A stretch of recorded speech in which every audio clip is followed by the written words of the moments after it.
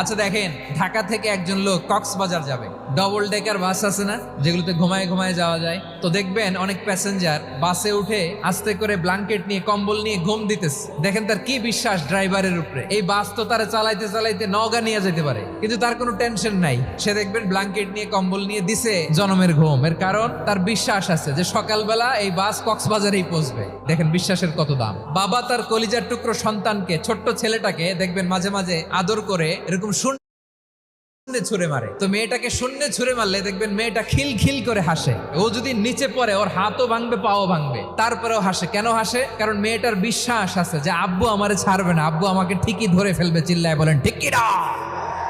বিশ্বাস এই পৃথিবীর সবচাইতে দামি সম্পদ। এজন্য একজন বিশ্বাসী জমিনের মধ্যে বেঁচে থাকলে জমিনের উপর আল্লাহ প্রলয়ঙ্কারী কিয়ামত দিবে না।